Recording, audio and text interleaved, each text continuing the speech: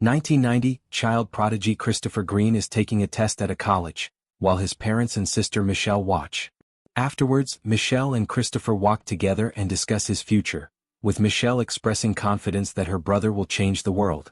Over the next few years, a war breaks out between humanity and robots when the bots grow tired of being used for labor and demand freedom.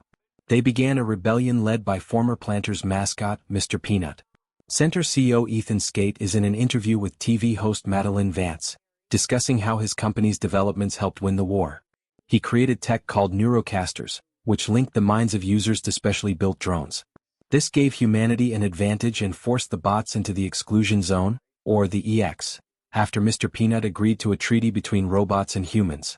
Now, the people use the casters to live within a virtual reality world, disconnected from the rest of mankind. 1994, Michelle is now a ward of the state and lives with a neglectful foster father, Ted. She refuses to use the Neurocasters in school and is brought to meet with Ms. Sablinski. Michelle explains that she lost Christopher and their parents in a car accident when their father hit a deer. Later that night, Michelle finds a small robot outside her house.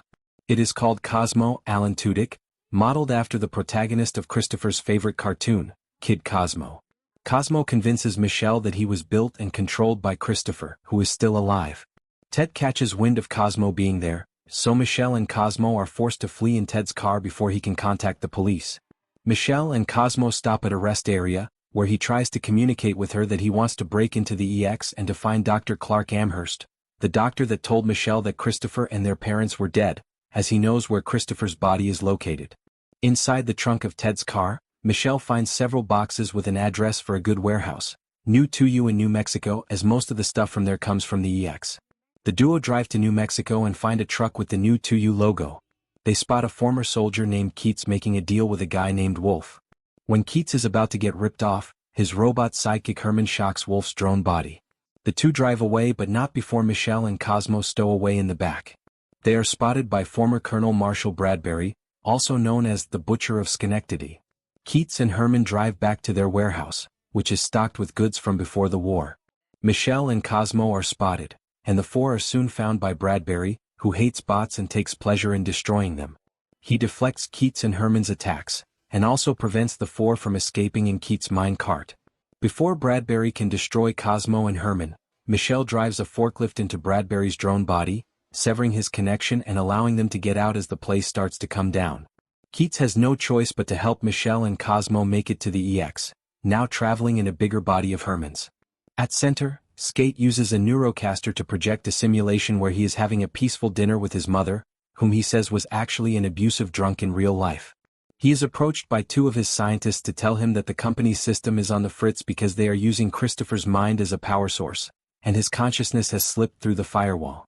Skate demands that Christopher be found immediately, as the company could be permanently shut down by the weekend. He invites Bradbury into a Neurocaster simulation and hires him to give reason to think the robots have broken the treaty. Michelle, Keats, and their bots make it to Tabletop Mountain in the EX, where they are taken to Dr. Amherst's hideout and where they meet a ton of other bots like Penny the Mail Bot, a baseball bot named Pops, and a magician bot called Perplexo. The four meet Mr. Peanut, who maintains his leadership duties, as well as a major distaste for humans. He tells the group that he sent Amherst out of the EX since robots interacting with humans could break the treaty. Penny later gives Michelle and Cosmo a postcard with Amherst's address written on it. The main four are joined by Penny, Pops, and Mr. Peanut to go to Amherst's home. It is overrun by mindless bots called Scavs, but Amherst triggers a booby trap against the Scavs and brings the rest of the group inside.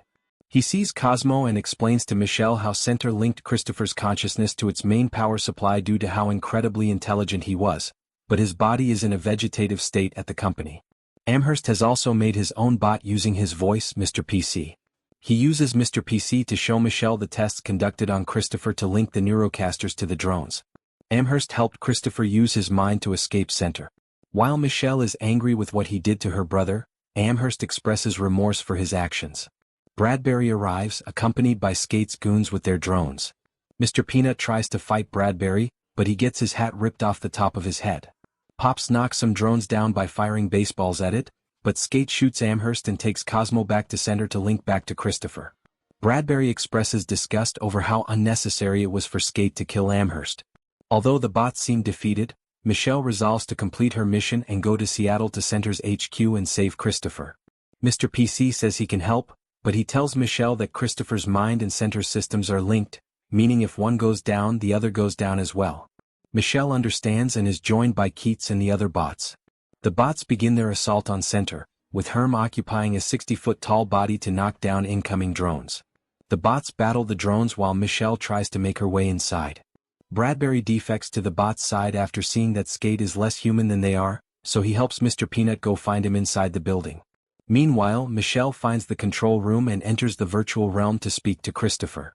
He reaffirms what Amherst said and states that his connection to Center is symbiotic, so if Michelle wants to shut them down for good, it will mean letting Chris die. Michelle says goodbye to her brother and shuts the machines down, thereby disabling all of the drones and all of Center. Mr. Peanut spares Skate with the knowledge that everything he built is gone.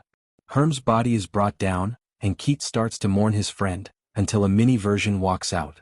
In the aftermath, Center's system shutdown causes a nationwide blackout and forces everyone to abandon the Neurocasters and return to reality.